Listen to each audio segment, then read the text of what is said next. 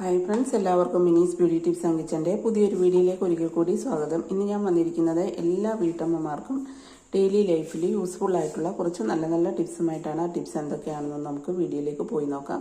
അപ്പോൾ എന്നത്തെ പോലെ നിങ്ങൾക്ക് ഈ ഒരു വീഡിയോ യൂസ്ഫുൾ ആണെന്ന് തോന്നുന്നുണ്ടെങ്കിൽ ഒന്നും മറക്കാതെ സബ്സ്ക്രൈബ് ചെയ്ത് സപ്പോർട്ട് കൂടി ചെയ്തേക്കണേ.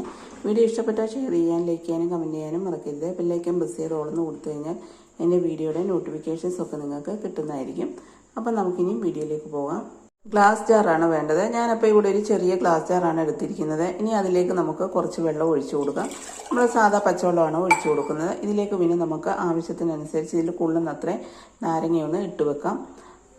ഇപ്പം ഞാനിവിടെ വലിയ നാരങ്ങ ആയതുകൊണ്ട് 2 നാരങ്ങ മാത്രമേ ഇട്ട് കൊടുത്തിട്ടുള്ളൂ. ഇത് മുകളിൽ ഇട്ട് കൊടുത്തു കഴിഞ്ഞാൽ വെള്ളത്തിൽ മുങ്ങിക്കിടക്കത്തില്ല. അപ്പം നമുക്കിത് വെള്ളത്തിൽ മുങ്ങിക്കിടക്കുന്ന രീതിയിൽ വേണം നാരങ്ങ ഇട്ട് വെക്കാൻ. അപ്പോൾ ഞാനിത് നഖക്കെ വെള്ളം ഒഴിച്ച് കൊടുത്തിട്ടുണ്ട്. അതിന് ശേഷം നമുക്കിതൊന്ന് അടച്ച് വെക്കാം. അടച്ച് വെച്ചിട്ട് നമ്മളിത് വെക്കുന്നത് ഫ്രിഡ്ജിനകത്താണ്. അപ്പോൾ ഞാനിത് ഫ്രിഡ്ജിനുള്ളിലേക്ക് വെച്ചിട്ടുണ്ട്. അതല്ല ഇവിടെ വെച്ചില്ലെങ്കിൽ നിങ്ങൾക്ക് ആ സൈഡിൽ ഡോറിൽ വേണമെങ്കിലും വെക്കാം. അപ്പോൾ ഇങ്ങനെ വെച്ച് കഴിഞ്ഞാൽ 2-3 മാസത്തോളം നമുക്ക് ഒരു കേടും കൂടാതെ ഫ്രഷ് ആയിട്ട് തന്നെ നമ്മൾ വാങ്ങിയ പോലൊക്കെ തന്നെ നമ്മുടെ നാരങ്ങ ഇരിക്കുന്നതായിരിക്കും. അപ്പോൾ നിങ്ങൾ ഇതൊന്ന് ട്രൈ ചെയ്ത് നോക്ക്. നെക്സ്റ്റ് ടിപ്പ് എന്താണെന്ന് നോക്കാം.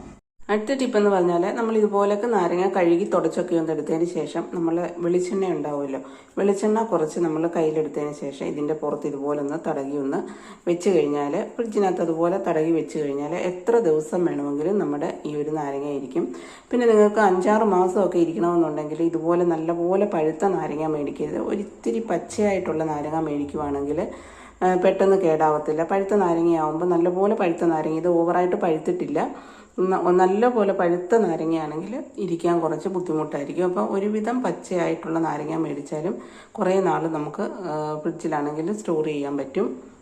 നെക്സ്റ്റ് ടിപ്പ് എന്ന് പറഞ്ഞാൽ നമ്മൾ ഇതുപോലെ നാരങ്ങ എടുത്തതിന് ശേഷം ഓരോ പീസാക്കി ഇതുപോലെ ന്യൂസ് പേപ്പർ എടുത്തതിന് ശേഷം ന്യൂസ് പേപ്പറിൽ ഇതുപോലെ നമ്മൾ പൊതിഞ്ഞ് വെച്ച് കഴിഞ്ഞാൽ ഫ്രിഡ്ജിൽ ഓരോ നാരങ്ങയും നമ്മൾ ഇതുപോലെ ഓരോ ന്യൂസ് പേപ്പർ എടുത്തതിന് ശേഷം ഇതുപോലെയൊക്കെ പൊതിഞ്ഞ് വെക്കുക. അങ്ങനെ പൊതിഞ്ഞ് വെച്ച് കഴിഞ്ഞാൽ നമുക്ക് എത്ര ദിവസം വേണമെങ്കിലും നമ്മുടെ നാരങ്ങ ഇരിക്കും, ഫ്രഷായിട്ട് തന്നെ ഇരിക്കും, കേടാവത്തില്ല. അപ്പോൾ നിങ്ങൾ ഇനി തൊട്ട് കിലോ കണക്കിന് നാരങ്ങ മേടിച്ച് വെച്ചാലും 3-4 മാസമൊക്കെ നമുക്ക് ഫ്രഷായിട്ട് കിട്ടുന്നതായിരിക്കും. അപ്പോൾ നിങ്ങൾ ഈ ഒരു ടിപ്പൊന്ന് ട്രൈ ചെയ്ത് നോക്കുക, നിങ്ങൾക്ക് യൂസ്ഫുള്ളായിരിക്കും. ഇനി അടുത്ത ടിപ്പ് എന്താണെന്ന് നോക്കാം. നെക്സ്റ്റ് ടിപ്പ് എന്ന് പറഞ്ഞാൽ ഞാനിവിടെ ഒരു നാരങ്ങയാണ് എടുത്തിരിക്കുന്നത്. ഞാൻ ഇതുപോലെ 2ആയിട്ടൊന്ന് കട്ട് ചെയ്തിട്ടുണ്ട്. നമ്മളിത് ഫ്രിഡ്ജിനകത്താണ് വെക്കുന്നത്. ഫ്രിഡ്ജിനകത്ത് വെച്ച് കഴിഞ്ഞാൽ നമ്മുടെ ഫ്രിഡ്ജിനകത്തുള്ള ഒരു ബാഡ് സ്മെല്ലുണ്ടല്ലോ, നമ്മൾ ചില ഭക്ഷണ സാധനങ്ങളൊക്കെ വെച്ച് കഴിയുന്നുണ്ടെങ്കിൽ ഫ്രിഡ്ജിനുള്ളിൽ നിന്ന് ഒരു സ്മെല്ല് വരാറുണ്ട്. അതുപോലെ തന്നെ ചില ഭക്ഷണങ്ങളൊക്കെ പെട്ടെന്ന് കേടായി പോകുന്ന ഭക്ഷണങ്ങളുണ്ടാവും. അപ്പോൾ അത് കേടായി പോകാതിരിക്കാനും ഫ്രിഡ്ജിനകത്ത് ആ ഒരു സ്മെല്ലില്ലാതാവാനും ഈ ഒരു നാരങ്ങ ഇതുപോലെ നമ്മൾ 2ആയിട്ട് കട്ട് ചെയ്ത് വെച്ചാൽ മതി. പ്രത്യേകിച്ച് ഇതിനകത്ത് ധാരാളം ആൻറ്റി ഓക്സിഡൻറ്റുകൾ അടങ്ങിയിട്ടുണ്ട്. അത് നമ്മുടെ ഈ ഒരു ബാഡ് സ്മെല്ല് കളയാൻ വളരെ നല്ലതാണ്. അതുപോലെ തന്നെ നാരങ്ങയ്ക്ക് ആൻറ്റി ബാക്ടീരിയൽ ഗുണങ്ങളുള്ളതുകൊണ്ട് ഇത് ഫ്രിഡ്ജിലെ ബാക്ടീരിയകളിൽ നിന്നും അണുബാധകളിൽ നിന്നും ഇത് അകറ്റി നിർത്താനും സഹായിക്കുന്നുണ്ട്. അതുപോലെ തന്നെ ഒരു കഷ്ണം നാരങ്ങ നമ്മൾ ഇതുപോലെ ഫ്രിഡ്ജിൽ വെച്ചാൽ ഫ്രിഡ്ജിലെ വായു സ്വാഭാവികമായിട്ട് വൃത്തിയാക്കുവാൻ ഇത് സഹായിക്കുന്നു.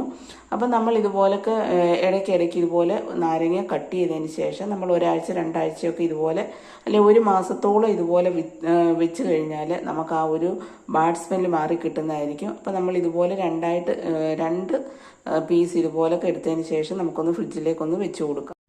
അപ്പോൾ ഞാനിവിടെ ഒന്ന് വെച്ച് കൊടുത്തിട്ടുണ്ട്. ഇതുപോലെ വെച്ച് കൊടുത്തു കഴിഞ്ഞാൽ നമ്മുടെ ആ ഒരു ബാഡ് സ്മെല്ലെല്ലാം ഈ ഒരു നാരങ്ങ വലിച്ചെടുക്കുന്നതായിരിക്കും. അപ്പോൾ നിങ്ങൾ ഇതുപോലൊക്കെ ഒന്ന് ട്രൈ ചെയ്യുക. എത്ര നമ്മൾ ഫ്രിഡ്ജ് ക്ലീൻ ചെയ്താലും ചില സമയത്ത് ചില സ്മെല്ല് വരാറുണ്ട്. അപ്പോൾ അത് മാറാൻ ഇത് വളരെ നല്ലതാണ്.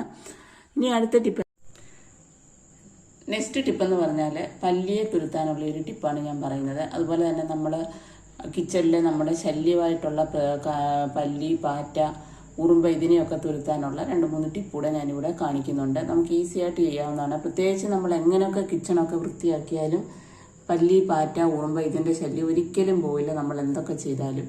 അപ്പോൾ അതിനുള്ള ഒരു ടിപ്പ് കൂടെ ഞാനിവിടെ കാണിക്കുന്നുണ്ട്. അതെന്താണെന്ന് നമുക്കൊന്ന് കണ്ടു നോക്കാം. ഇപ്പം പല്ലി വരുന്ന സ്ഥലങ്ങളിലൊക്കെ നമ്മൾ ഇതുപോലെ മുട്ടത്തോടൊന്ന് വെച്ച് കൊടുത്താൽ പല്ലിക്ക് ഈ ഒരു സ്മെല്ല് പിടിക്കത്തില്ല. അപ്പോൾ പല്ലി അതുപോലെ ഓടിപ്പൊക്കോളും. നമ്മൾ പല്ലിയെ പ്രത്യേകിച്ച് കൊല്ലുന്നില്ല, ഇതുപോലെ ടിപ്പൊക്കെ വെച്ചിട്ട് നമ്മൾ പല്ലിയെ ഓടിക്കുകയാണ് ചെയ്യുന്നത്. അപ്പോൾ ഇതുപോലെ നമ്മൾ എന്തായാലും വീട്ടിൽ മുട്ടയൊക്കെ ഉപയോഗിക്കുന്നവരായിരിക്കുമല്ലോ. അപ്പോൾ ഇതുപോലെ മുട്ടത്തോട് വെച്ച് കഴിഞ്ഞാൽ പല്ലി ഓടിപ്പൊക്കോളും. അതാണ് ഒരു ടിപ്പ്. അടുത്ത ടിപ്പെന്ന് പറഞ്ഞാൽ നമ്മളൊരു പേപ്പറോ 2-3 പേപ്പർ ഇതുപോലൊക്കെ പല്ലി വരുന്നിടത്തൊക്കെ നമ്മൾ ഇതുപോലെ ഓരോ പീസാക്കി എടുത്തതിന് ശേഷം പുകയിലപ്പൊടി ഉണ്ടല്ലോ, പുകയിലയും അതുപോലെ കാപ്പിപ്പൊടിയും കൂടെ മിക്സ് ചെയ്തതിന് ശേഷം ഇതുപോലെ നമ്മളൊരു പാത്രത്തിലേക്ക് ആക്കിയതിന് ശേഷം ഇതുപോലൊരു പേപ്പറിലോ അല്ലെങ്കിൽ ചെറിയ പ്ലാസ്റ്റിക്കിന്റെ ചെറിയ പാത്രങ്ങളൊക്കെ ഉണ്ടാവുമല്ലോ, അതിലൊക്കെ ആക്കിയതിന് ശേഷം നമ്മൾ ഇതുപോലൊക്കെ ആ പല്ലി വരുന്ന സ്ഥലങ്ങളിൽ ജനല് അതുപോലെ കർട്ടൻ്റെ സൈഡിലൊക്കെ ഇതുപോലൊക്കെ നമ്മൾ കൊണ്ടുവന്ന് ആ ജനലിലൊക്കെ ഇതുപോലെ വെച്ച് കഴിഞ്ഞാൽ ഇതിന്റെ മണം പല്ലിക്ക് ഒരു തരത്തിലും പിടിക്കത്തില്ല. പ്രത്യേകിച്ച് നമ്മുടെ ഈ ഒരു ജനലിന്റെ സൈഡിലൊക്കെ രാത്രി കാലങ്ങളിൽ പല്ലി വന്ന് ഇരിക്കാറുണ്ട് ഇല്ലേ. അപ്പൊ അങ്ങനെയുള്ള സ്ഥലങ്ങളിൽ ഇതുപോലെ പുകയിലപ്പൊടിയും കാപ്പിപ്പൊടിയും കൂടെ മിക്സ് ചെയ്തതിന് ശേഷം ഇതുപോലെ വെച്ച് കഴിഞ്ഞാൽ ഇതിന്റെ സ്മെല്ല് പിടിക്കാതെ പല്ലി പൊക്കോളും. അപ്പോൾ ഈ ഒരു ടിപ്പ് നിങ്ങളൊന്ന് ട്രൈ ചെയ്യുക. അപ്പോൾ 2-3 ട്രിപ്പ് പറയുന്നുണ്ട്, അതിൽ നിങ്ങൾക്ക് ഈസി ആയിട്ടുള്ളത് ഏതാണെന്ന് വെച്ചാൽ അത് നിങ്ങൾക്ക് ട്രൈ ചെയ്യാവുന്നതാണ്. ഇനി പല്ലിയെ തുരുത്താനുള്ള ഒരു മികച്ച ഒരു മാർഗ്ഗമാണ് ഞാനിവിടെ പറയുന്നത്. ഇതിലൊക്കെ നമുക്ക് യൂസ്ഫുൾ ആയിട്ടുള്ള ഇതാണ്. നമ്മളിപ്പോൾ ഒരു 1/2 ഗ്ലാസ് വെള്ളമാണ് ഇവിടെ എടുത്തിരിക്കുന്നത്. 1/2 ഗ്ലാസ് എടുത്തിട്ടില്ല, അത് കുറച്ചാണ് എടുത്തിരിക്കുന്നത്. അപ്പം നിങ്ങൾക്ക് ആവശ്യത്തിന് അനുസരിച്ച് എടുക്കാവുന്നതാണ്. ഇതിലേക്ക് നമ്മൾ കുറച്ച് കുരുമുളക് പൊടിയാണ് ചേർത്ത് കൊടുക്കുന്നത്. ഇതൊരു നമുക്ക് വളരെ യൂസ്ഫുൾ ആയിട്ടുള്ള ഒരു റെമഡിയാണ് പല്ലിയെ തുരുത്താൻ. ഇതിന് കുരുമുളകിന്റെ മണം ഒരു കാരണവശാലും ഈ ഒരു മണം അതിന് പിടിക്കില്ല. അത് കഴിഞ്ഞ് നമുക്ക് വേണ്ടത് കുറച്ച് സാധാ മുളക് പൊടിയാണ്. ഇത് രണ്ടും കൂടെ നമുക്ക് നന്നായിട്ടൊന്ന് മിക്സ് ചെയ്യാം. മിക്സ് ചെയ്തതിന് ശേഷം നമുക്കൊരു സ്പ്രേ ബോട്ടിലാക്കിയതിന് ശേഷം അതല്ല എങ്കിൽ നിങ്ങൾക്ക് അല്ലാതെ വേണമെങ്കിലും ഒഴിച്ചു കൊടുക്കാവുന്നതാണ്.